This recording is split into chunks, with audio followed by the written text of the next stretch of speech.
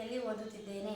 ಈ ದಿನ ನಾನು ಮತ್ತು ನನ್ನ ಸ್ನೇಹಿತರು ಆರ್ಥಿಕ ಚಟುವಟಿಕೆಗಳ ವಿಧಗಳನ್ನು ನಿಮಗೆ ಪರಿಚಯ ಮಾಡಿಕೊಡಲಿದ್ದೇವೆ.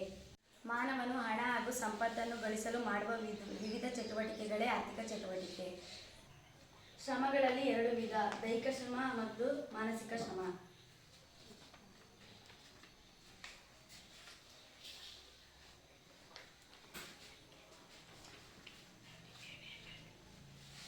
ಇವು ದೈಹಿಕ ಶ್ರಮದ ವಿಧಗಳು. ಚಟುವಟಿಕೆ. ವಿತರಣೆ ಚಟುವಟಿಕೆ. ಉತ್ಪಾದಕ ಚಟುವಟಿಕೆ ಎಂದರೆ ಸರಕು ಸೇವೆಗಳನ್ನು ಉತ್ಪಾದಿಸಲು ಕೈಗೊಳ್ಳುವ ಚಟುವಟಿಕೆಯೇ ಉತ್ಪಾದಕ ಚಟುವಟಿಕೆ. ಉದಾಹರಣೆಗೆ ಮೀನುಗಾರಿಕೆ.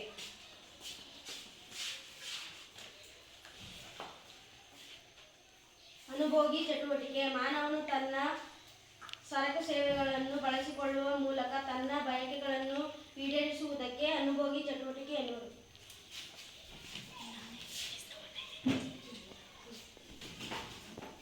ವಿನಿಮಯ ಚಟುವಟಿಕೆ. ಸರಕುಗಳ ಸಂಗ್ರಹಣೆ ಹಾಗೂ ಸಾಗಣೆ ಮಾಡುವ ಚಟುವಟಿಕೆಯೇ ವಿನಿಮಯ ಚಟುವಟಿಕೆ. ಉದಾಹರಣೆ, ಲಾರಿಯಲ್ಲಿ ಕಬ್ಬು ಸಾಗಿಸುತ್ತಿರುವುದು.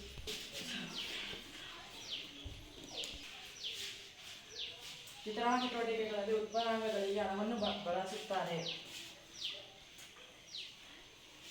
ಭೂಮಿಯನ್ನು ಬಳಸುವುದಕ್ಕೆ ಗೇಣಿಯನ್ನು ಕೊಡುತ್ತಾರೆ.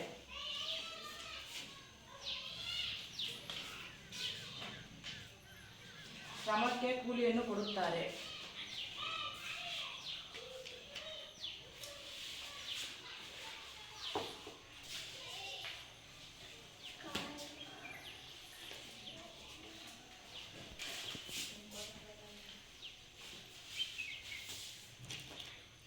ಬಂಡವಾಳ. ಬಂಡವಾಳಕ್ಕೆ ಬಡ್ಡಿ.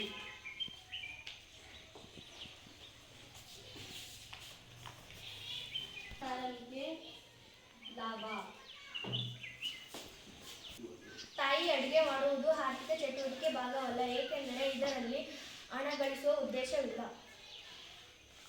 ಅದೇ ಹೋಟೆಲ್ನಲ್ಲಿ ಅಡುಗೆ ಮಾಡುವುದು ಆರ್ಥಿಕ ಚಟುವಟಿಕೆ ಭಾಗವಾಗಿದೆ, ಏಕೆಂದರೆ ಇದರಲ್ಲಿ ಹಣ ಗಳಿಸುವ ಉದ್ದೇಶವಿದೆ.